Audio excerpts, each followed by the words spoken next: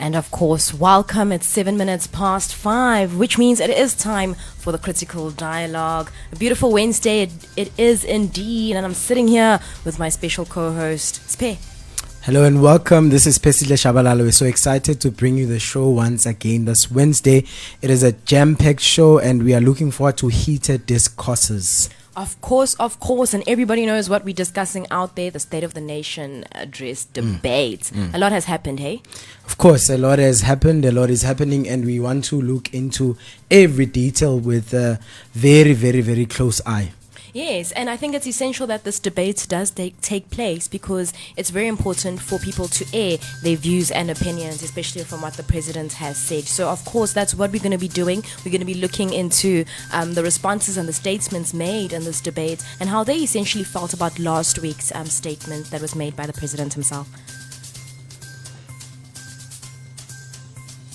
Critical dialogue on Wiggle Tunes.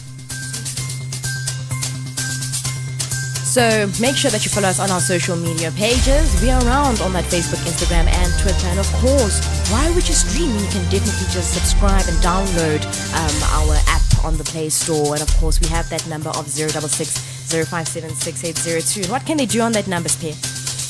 They can send us a WhatsApp on that number and they can call us. Yeah, because we want to hear their opinions. Yeah. Questions. Anything and everything that you feel you're confused or you just want to have heard being made. But I think it's important to hear what exactly is happening. You know, not everybody has had the opportunity to listen to, of course, the debate going on. So this is just one of the clips out there. Honorable Malema, please proceed. Now, Chair, let me answer your question on domestic violence. When I spoke here during the State of the Nation last year, I said, anyone who has never beaten his wife in the past 25 years must raise his hand. And I said, I can do that because I have no history of such things. I asked that question precisely because I got information that the president used to beat his wife, Norma Zizi, the late wife of the president. Chair. May her soul rest in peace. Chair. I raised that issue because I said to the president, you cannot lead the state against gender-based violence. Honorable Malema, if you have not accepted that a woman point of order, Malema, beaten your wife, point of order. Honorable Malema, I want to tell you now. Point of order. Honorable Malema, on a point of order. Wow, hey, that was a lot. In a point of order. Of course, the point of order. I think essentially that is one of the biggest statements that has been made during the debate, speaking about GBV, gender-based violence, of course. Yeah. Of course, that's one of the most controversial things that we've had. Gender-based violence is a very difficult subject for the country. We have faced a lot of events and quite a number of erupting events that have led to gender-based violence. So this is a very sensitive thing to talk about. Yes, I think it is extremely sensitive because as much as these allegations are being made, the main address hasn't been made in terms of how gender-based violence will be held. And that was one of the points made in a lot of statements by members of parliament to say what will be done when it comes to gender-based violence. And of course later on we will be having Mr. Nkosi, our in-house analyst, who will be speaking about these issues that have been addressed, of course. But just on a general scale, to update you when it comes to what was happening, you could hear there was a bit of bickering. You could hear there was a bit of back and forth. I mean, anyone would definitely be in an argument when you make such an allegation, and which ended up with Malema storming out as per usual. It's his new trait. He just took his things and he left.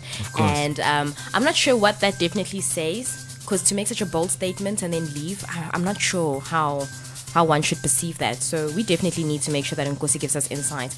But on a general scale, gender-based violence, from a man's point of view, Spear, how do you see the behavior? Look, this is a problematic scene that we see in the parliament. First of all, the ANC is the governing party.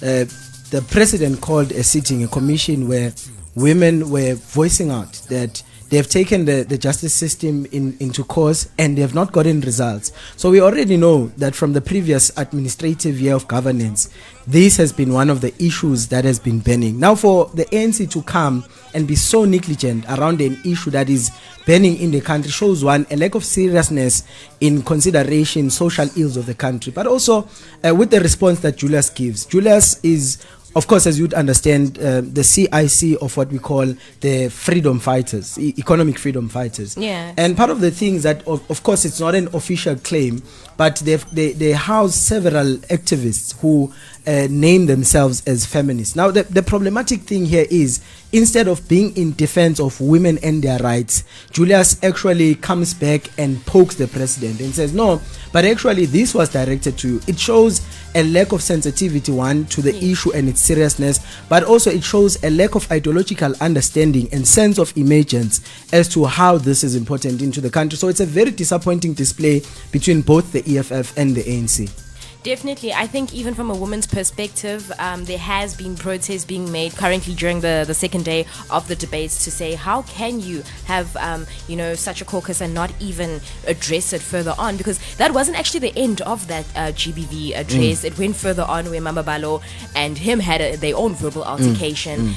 For a few people, there is a background history. They had been former friends, and yes, a little bit of internal affairs, let's put it in that manner. And it came out with another statement that was made, of course, by Julius, speaking in terms of, Mama Balo himself. And Mama Balo made a statement to say that Julius himself is an abuser. So let's just have a listen to that clip and just add it all together. Let's tie it all together.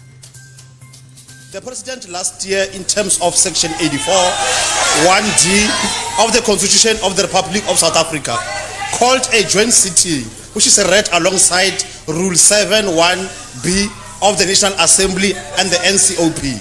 Now, Deputy Chairperson, the President came here to address us specifically on the issue of domestic violence and gender-based violence. Now, all of us, we took an undertaking in this house that all of us will go out and expose any act of domestic violence or any act of gender-based violence. In terms of the Domestic Violence Act 116 of 1998, it talks to the following: physical abuse, stalking, verbal abuse. Now, my question to Honorable Malema is that gender-based violence is happening at your house. The matter has been dragging for too long. Members of the EFF, instead of them condemning the issue, they decided to crack a joke so that they can deviate the matter on Thursday night, because they knew about the matter for a very long time.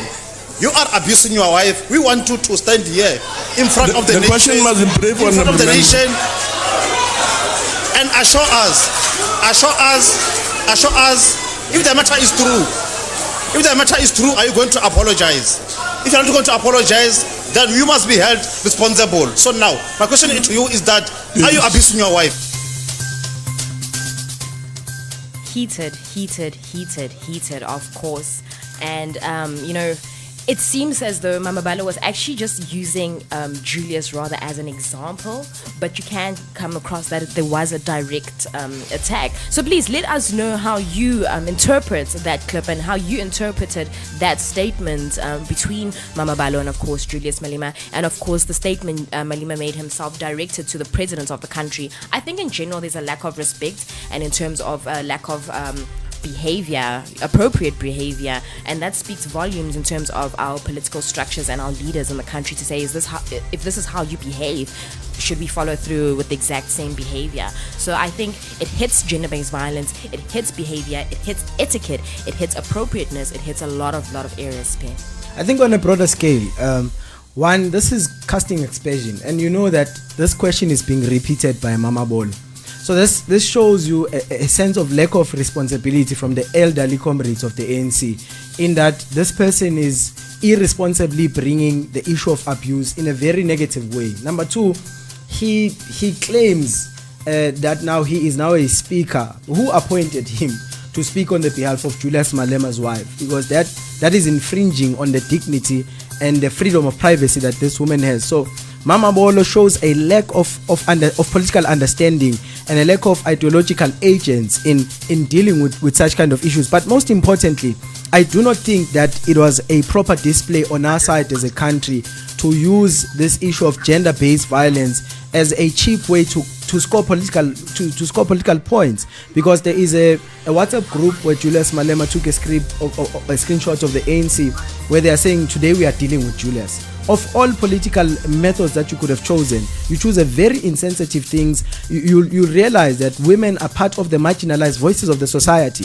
So in a platform where you should be standing for women and their dignity, there are several women in the constituents of the ANC. In fact, it is Nompendulo Kachwa, one of the young female MPs of the ANC, who says we stand disappointed by this parliamentary display. It doesn't show that we are serious about solving this issue that is at the helm of societal ills. Of course, it really doesn't showcase that, and we definitely want to get some observation in terms of gender-based violence in general, because what we do understand is that, you know what, it is violence against, and it can be males as well. We need to be very, very clear. It's not just females, it's males as well, and of course it is taking place in this country every single day, where people are being attacked, where people are being violated, and whether it is in a physical form, but mental form, emotional form, verbal form, it is taking place. And I honestly find this as a form of violent behavior, attacking on someone's personal affairs. So, Mr. Nkosi, how are you today? Thank you for joining us.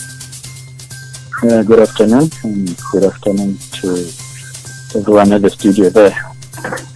Now, Mr. Nkosi, we're speaking about the fact that, you know, here at the State of the Nation Address debate, the biggest thing, of course, is the gender-based violence that had light shed on it, but in a very, very negative way. Please allow for people to understand, why is gender-based violence such an important issue for us, you know, to talk about and to ensure that we find a way forward in protecting people of South Africa? Well, it is an important issue, and I think it will be like that for a very long time, because almost on a daily basis, we read news, or even from homes where we come from, it happens. And people are being killed, particularly women are being killed, and almost on a daily basis, whether it's school or wherever. So it is something that we cannot wish away. It's something that as a country we have to take seriously. I wish to see a situation whereby those billions that the president had promised to deal with this scourge of gender-based violence would start realizing some concrete steps. But like I had indicated previously, that we are waiting for the minister now to tell us what plans are there. Now, as we can see, you know, from a few of the statements that were made, it was completely not even about the issue at hand. It became a very personal affair where there were two accusations that were made. One of them directed at Malema, one directed from Malema, of course. What does that speak about our political leaders when they're handling the situation in this manner? Yeah, I think I must say that I think very many people are disappointed about what transpired in Parliament. You could hear, particularly from the female members of Parliament, that they were hurt in the manner in which that matter was handled. And actually some felt that it was used as a political football to gain a political score. And I think there's no better way to explain it. And I wonder if any of the leaders, either Malema or even the president of the country, expected that the matter would be raised in the manner that it was. But I think both sides, or all the sides, were very reckless in how they handled the issue, because most gender or let me say, most activists who are dealing with this matter will tell you that that's not how you address an issue. Yes. You cannot personalize the issue.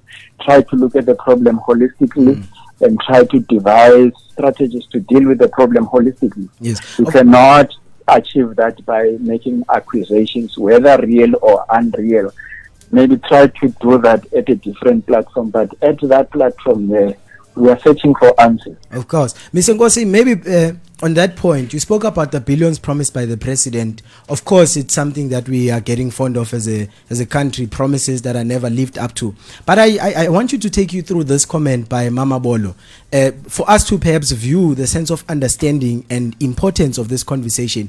He says, if this is true that you are abusing your wife, we want you to apologize. This is what he sees as a fit punishment of someone who is a gender-based violence participant. Would you say that there is no sense of understanding of how important it is for us to send a harsh message and urgently deal with this? Oh, definitely. I do not think an apology would be enough. Actually, I must say I was pleasantly impressed not so long ago when we had that debate which was supposed to be hosted by Given Mkari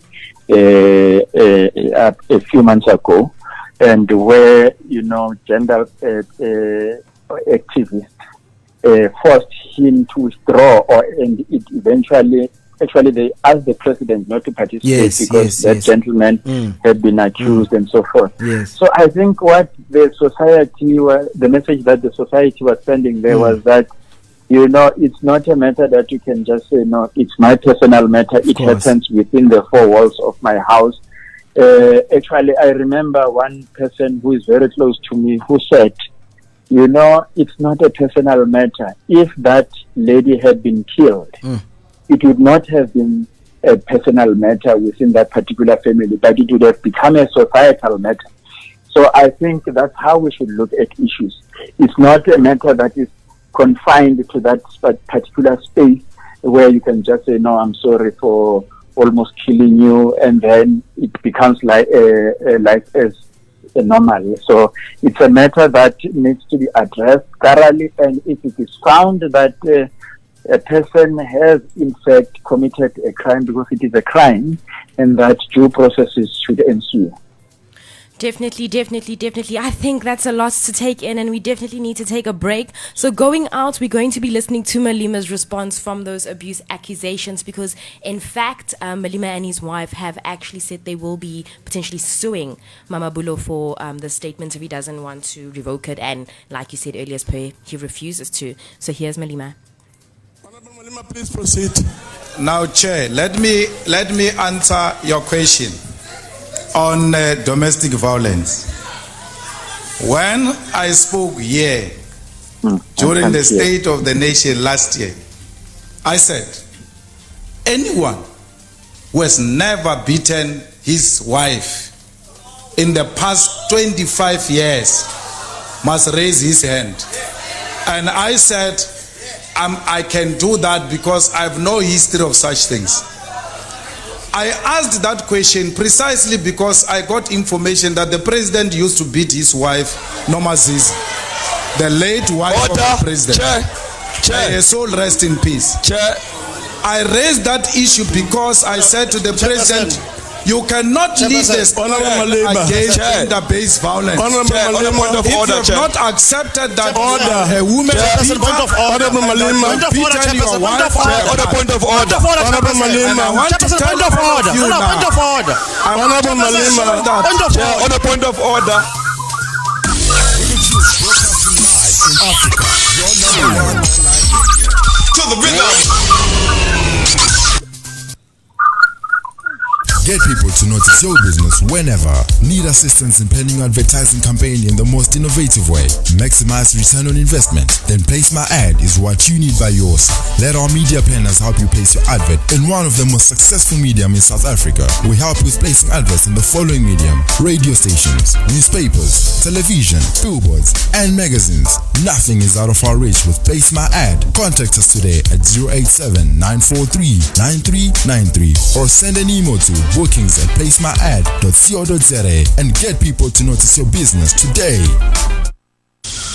Get away to the breathtaking mountains of Batblas in Mpumalanga province. Escape to the place of peace and tranquility in our cozy hotel at Ndalo Hotel and Conferencing. The stunning views of nature all-round complement with our upmarket contemporary hotel, promising you an experience which is both intimate and inspiring. We offer hospitality solutions that fit your unique needs while maintaining your travel status and preferences with the following amenities: upmarket accommodation, well-maintained swimming pool, world-class restaurants, spa, gym facility, and conference venue. Reserve your space today for convenient, excellent accommodation by calling 017-492-0206 or send a WhatsApp text to 071-723-0539 or drop us an email at info@ndalohotel.co.za. For more information on our hotel accommodation, visit our website at www.ndalohotel.co.za. Ndalo Hotel, where personalized service and quality is a priority.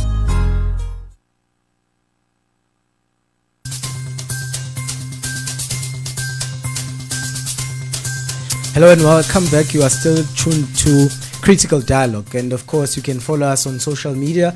On Facebook it is Wiggle Tunes, on Instagram it is Wiggle Tunes, and of course on Twitter it is Wiggle Tunes SA. We are keeping up talking about the SONA, and we are looking at the controversies, and part of which were gender-based violence, and we went into depth discussing it. But we're gonna bring another clip, of course, so that we forward the conversations that we are having with you, and we believe that these are critical moments of yesterday's event. We stand here today in this august house with the weight of expectation on our shoulders. Our country is at a turning point, and all of us here can feel it. But there can be no excuse for what transpired in this house here last Thursday evening. I think that most of us were deeply embarrassed by the scenes that we witnessed before the President's speech. Honourable members, we don't have to agree with each other. We don't have to like each other. And we don't even have to be that nice to each other. But we do have to respect the rules of this House. Collectively, we represent 58 million South Africans. People who dream of a better life and of a better country. People who need us to work together to find real solutions to their problems and not grandstanding for television cameras. And that was made by Steenhuisen from the DA, and I think it's very applicable in terms of the behavior that we have seen. It actually is very sad and unfortunate that it's becoming more about our behavior than rather about the issues at hand. Mr. Nkosi, just some insights in terms of political behavior in general. What is the behavior that we should be expecting from the leaders of our country? Excuse me. I think at least there should be some sense of responsibility that we're exercising. For example, I was saying that it was good that the EFF had raised the issues that they did, and that were they supposed to drag those issues for that long, to the point where almost the entire society became annoyed with them. So I think even to a point where they themselves realized that they decided to walk out of Parliament. So I think that is what was unfortunate. But now we cannot look on one side and ignore what was happening on the other side, particularly yesterday during the debate of the SONA. And whereby ANC members or some of the ANC members clearly went to that debate to disrupt the leader of the EFF from participating in that debate. And maybe let's put that aside, because maybe they try to do it within what the rules of the Parliament required.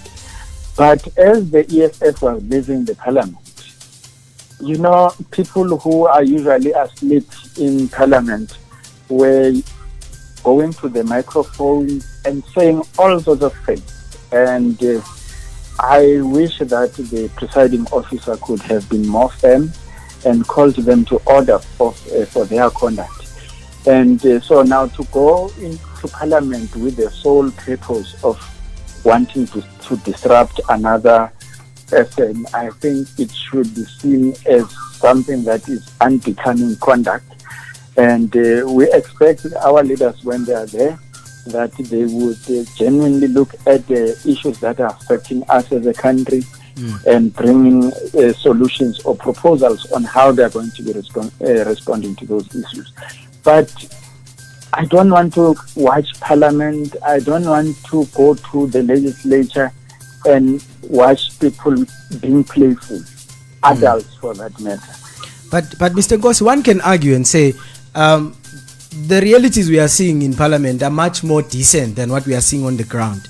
I mean, when our people are looking for service delivery, for instance, they have to go through burning tires, burning things, being violent before they can be listened to. Wouldn't you say that it is a culture that represents what happens on the ground when the marginalized are speaking? I mean, it is Julius who said, if you want to dismiss the EFF as a minority and say they must not be listened to, there is a real minority in the country who are enjoying rights and privileges that the majority of the country is not enjoying. Wouldn't you say it is time we filter that culture into Parliament so that the lived experiences of South African people can be represented in Parliament?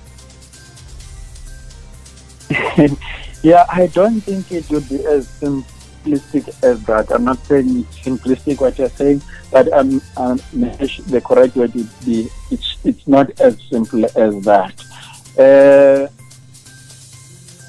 You know what people are doing on the ground? They are trying to force maybe the government to take a particular action.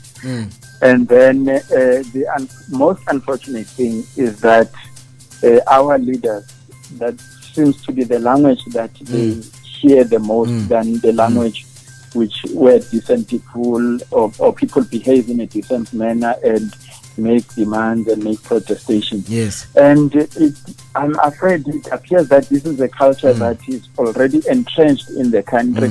You remember even when the ANC was formed in 1912, yes, they used to send deputations, they used to send delegations to England to say, please give us our rights and so forth.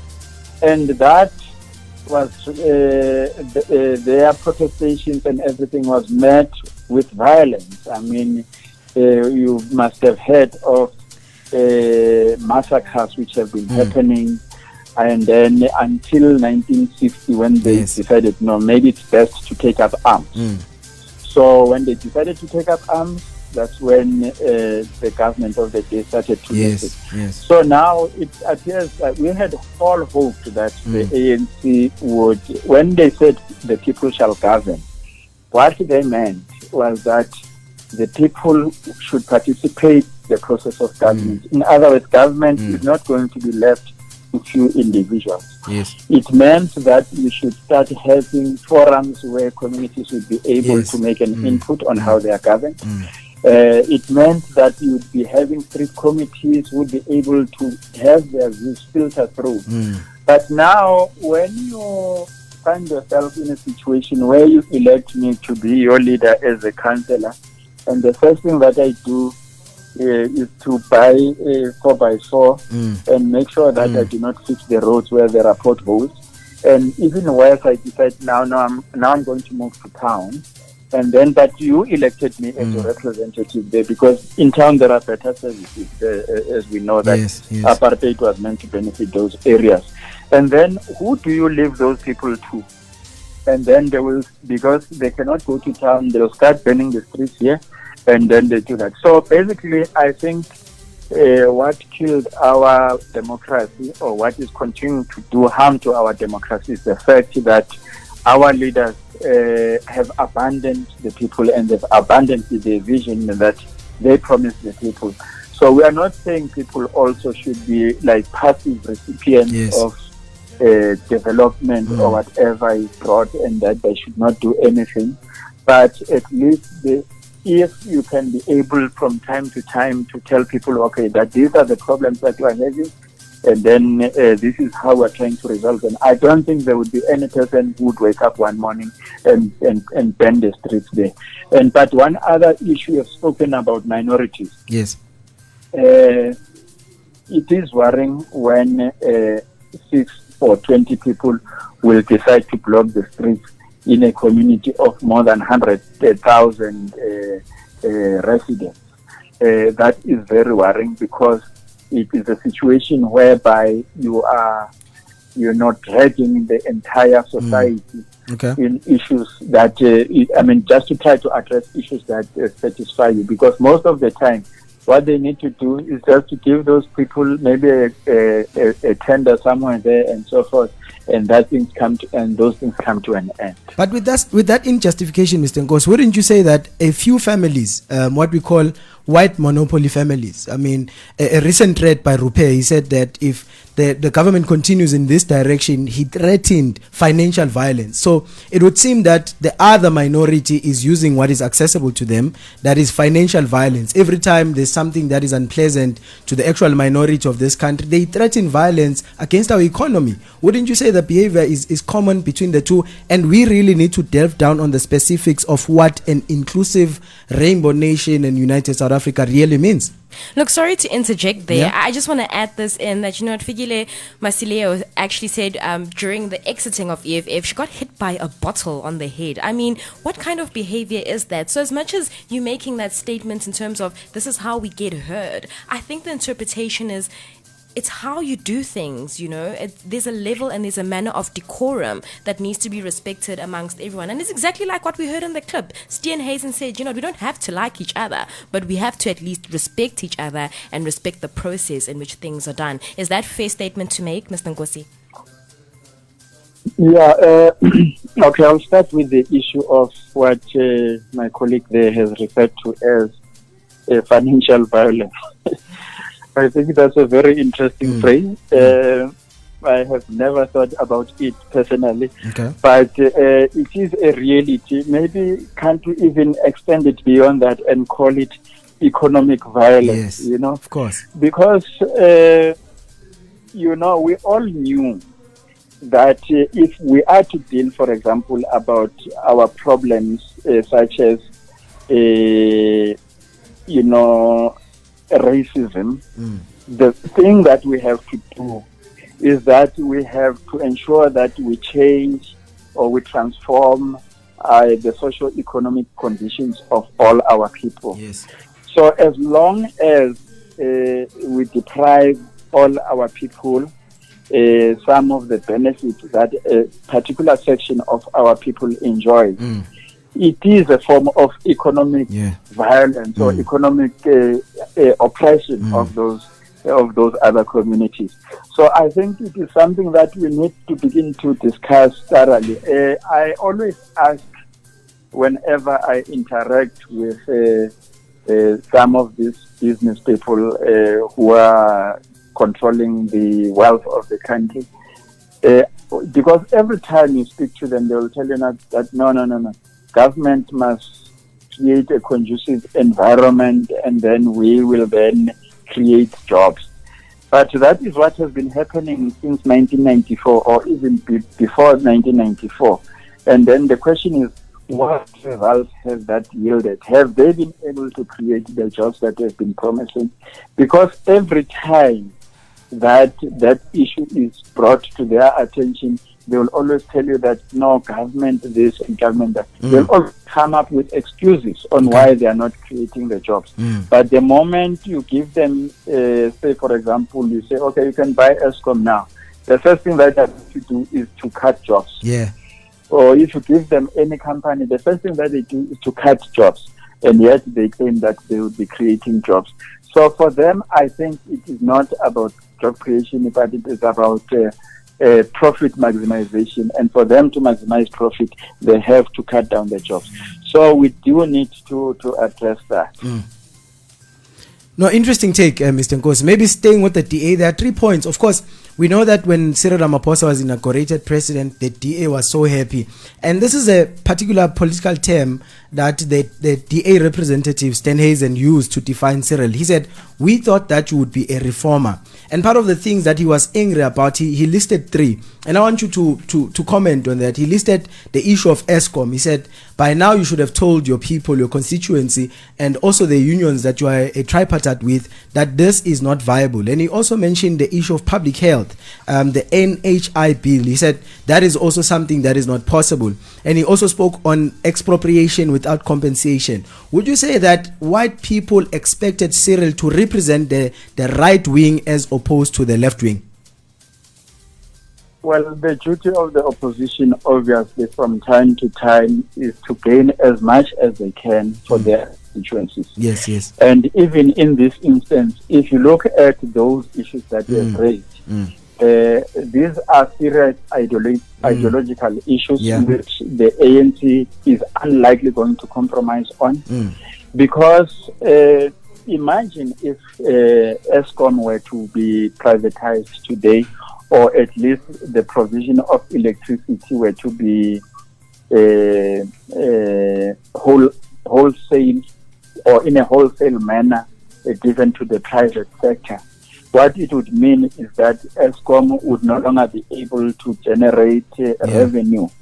And when it is not able to generate revenue, it means electricity or provision of electricity will be a luxury which is enjoyed by a few rich people. Our people in the rural areas, in the townships, in the shacks, will not be able to access electricity.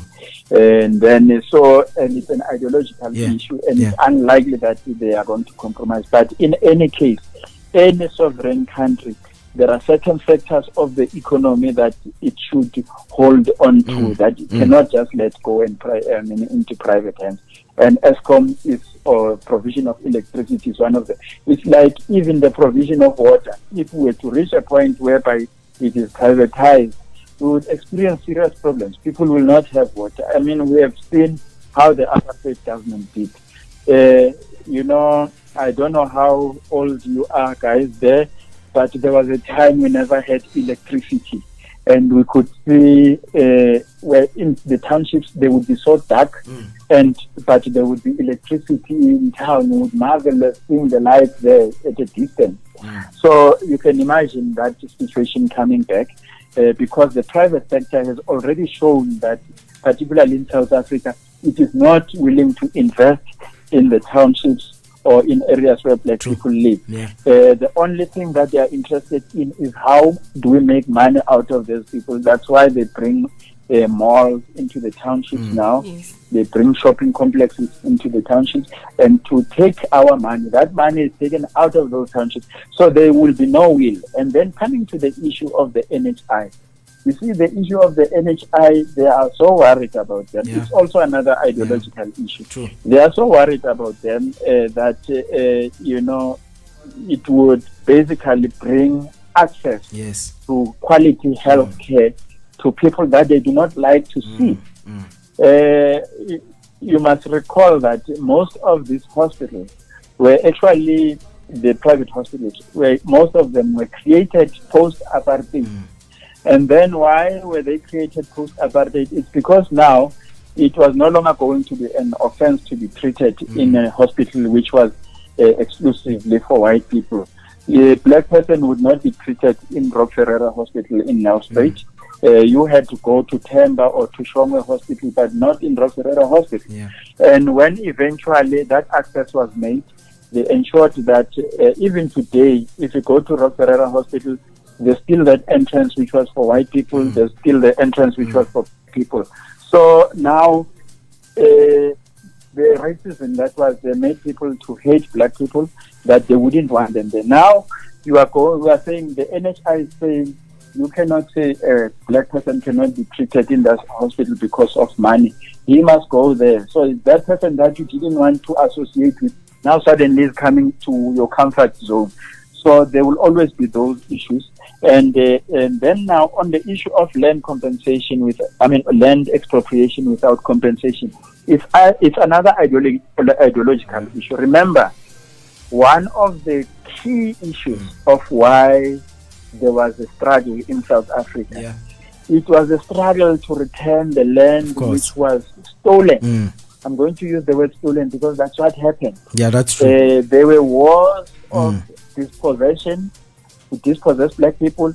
So now the concern that a party like the DA is having is that their constituencies, which are holding large tracts of land, are going to be affected. True. And because they are not using even that land, you find that there's a small Anyana house somewhere in the corner there, and there's a huge tract of land. And then you go to Pinar, you go to Ligazi, and see how cramped our people are. You go to Nkomazi, everyone is cramped there.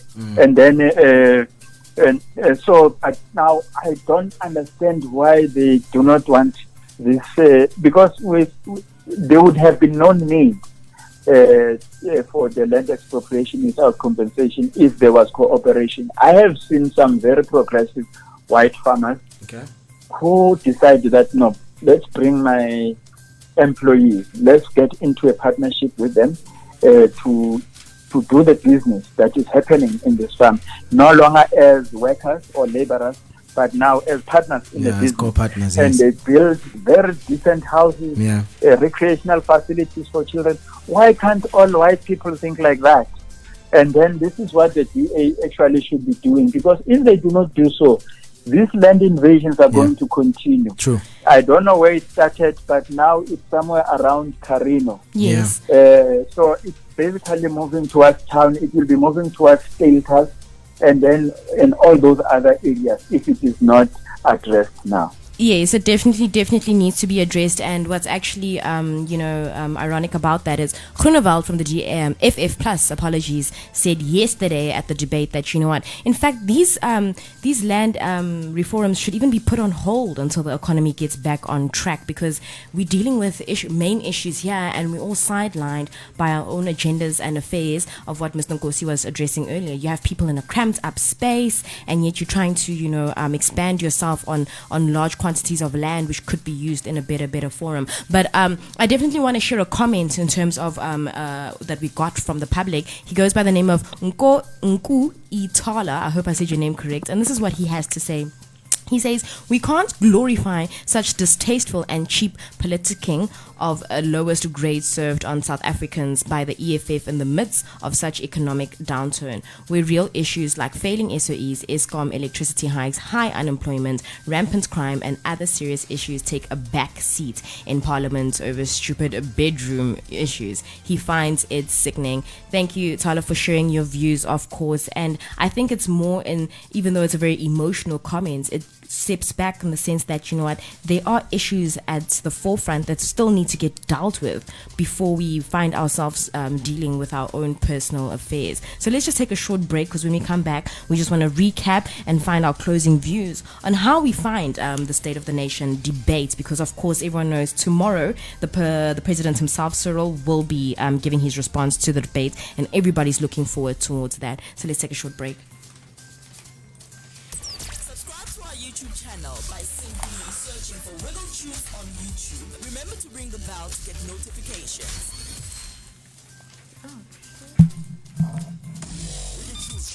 Live in Africa, your #1 online radio. To the rhythm. To stream us live, download our mobile app on Google Play Store and on Apple App Store. This station is now the ultimate power in the universe. Get people to notice your business whenever. Need assistance in planning your advertising campaign in the most innovative way? Maximize return on investment? Then Place My Ad is what you need by yours.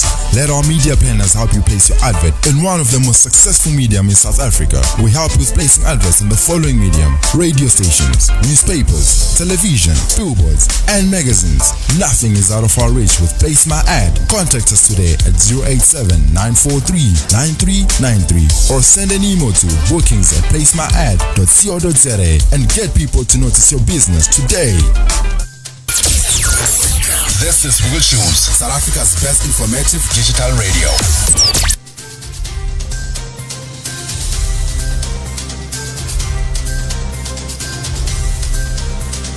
Well, hello and welcome back. You're still tuned into the Critical Dialogue on your favorite radio station. And that of course, thank you to everyone who's listening. Yeah. We appreciate everyone who's listening. That's very important. Yeah. You know, we definitely value your ears and your insight because this is for you, by you, at the end of the day. True.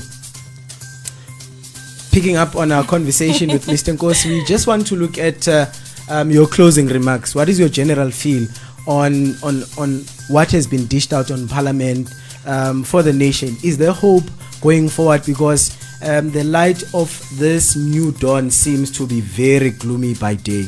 And of course, Mr. Nkosi, when you add in that closure, what would your expectations be from the President tomorrow for his response? Yeah, thank you so much. I think in closing, maybe to try to respond to the comment which had been raised by one of the people either who are watching or listening, namely that why deal with certain issues when there are more pressing issues. I do not think that any of the issues that have been happening are insignificant. Maybe in other instances they were over elaborated unnecessarily to the annoyance of many people. Yeah. But the issues of, for example, declared denialism on the issue of apartheid, I think it could lead us to a situation where we criminalize apartheid denialism like they did with Holocaust denialism. Those who deny that there was a Holocaust, they are actually put to jail. So if a person denies the atrocities of apartheid, they could be put to jail if we have such legislation, or anybody who practices racism for that matter. So it could help us because these are some of the things that are taking us back and making us not to be able to move. But given coming to the issue of the SONA, I think I have been listening to some of the criticism. If you listen to Julius's response, for example, I don't know whether it's because he was outside of Parliament at the time the President was making a presentation, because I think the President took most of the issues that he usually capitalizes on. For example, on the issue around ESCOM, around the State Bank, around the Sovereign Wealth Fund, I think the only thing that the President did not go into is the issue of South African Reserve Bank, where I think he's got a point. But on all the other issues, the President had addressed those issues. So we are likely going to see or to hear him saying, no, but I've already dealt with that issue, I've already dealt with that issue. But more importantly, the ministers were speaking today and yesterday, they were responding to those issues that had been raised by the opposition. So in all likelihood, the President will be saying, now it is time for you to listen to the details as presented by the ministers on how we're going to be dealing with some of those issues. Definitely, thank you for that one, of course. And you mentioned something, he never spoke about the Reserve Bank. And for those of you who have been following and unfortunately didn't even have the time to listen, Malema brought that up and he said, you know what, we shouldn't shy away from having a state-owned bank and taking ownership and making these kind of commands and authorities over our own property or our own commodities around here, because that will give us the opportunity to intervene in the economy and handle the issues at hand. So I think I'm very excited to hear the President's response, because there was a lot. They came gunning for him, definitely, and he definitely needs to make sure that he's confident tomorrow. He needs to make sure that he's very thorough, and he needs to make sure he's very, very firm, because we want answers. No, that's very true. That's very true. I think maybe to just give an overview of our conversation today, South African Parliament is interesting. We have three major components, of course, and the others are fiddling in between. That is EFF on the left, and you have DA on the right. But ANC has been exposed to be neutral, and so going forward, it's going to be difficult, particularly for a very diplomatic president like Cyril Ramaphosa, to handle issues, particularly policy issues that hinge on ideological positions, as Mr. Nkosi was saying. Yes. Because issues of land, issues of healthcare, and issues of what's the last point they were raising? And issues of ESCOM. Yeah, Yes. issues of those are deeply entrenched ideological concerns of the ANC, well articulated in the Freedom Charter. So I think the ANC is still going to have difficulties in dealing with both the DA and the EFF, who insist on being extremes in that parliament. I just have one more question that I want to ask. Does everyone feel that with the budget speech coming up ahead next week, that it will bring a lot of light and clarity towards these issues? Do we still have Mr. Nkosi on the line? Okay. Yes, Yeah. Mr. Nkosi. I think many people are going to be very disappointed if we judge by the Minister Tito Mbowene's tweet. All right. So Straight to the point. straight to the short and sweet. Yeah. You know what? I'm on the fence about it. Hey, I'm not really sure what's going to be happening next week, because that's what we're going to be following through with, to see hand in hand from the address to the budget and how they all work together. But of course, we're running towards times, Pay. Yeah. But also, judging from the ideological disposition of the minister, I do not think that the majority of the people will be happy. He's very unapologetic about his ideas. Yes. And he has shown rebellion against the ANC a couple of times, coming with his own ideas there. Yes. That not even the constituency knew. So we're looking ahead to controversies, more surprises, but I know that under his leadership there's a form of decisiveness. Yes. And yeah, we're looking forward to hearing that. So the consensus is we may be disappointed. Definitely. Well, of course, Mr. Nkosi, thank you so much always for sharing your time and your views and enlightening the people of the background aspects when it comes to the political situations of our country. We really appreciate it. Thank you. Okay, you're welcome. Thank you. And now it is 2 minutes to 6 o'clock. It's time to wrap up the critical dialogue. You know where to find us Monday to Wednesday, 5 o'clock, where we discuss everything and anything that faces the challenges of the people, from national to international to all aspects.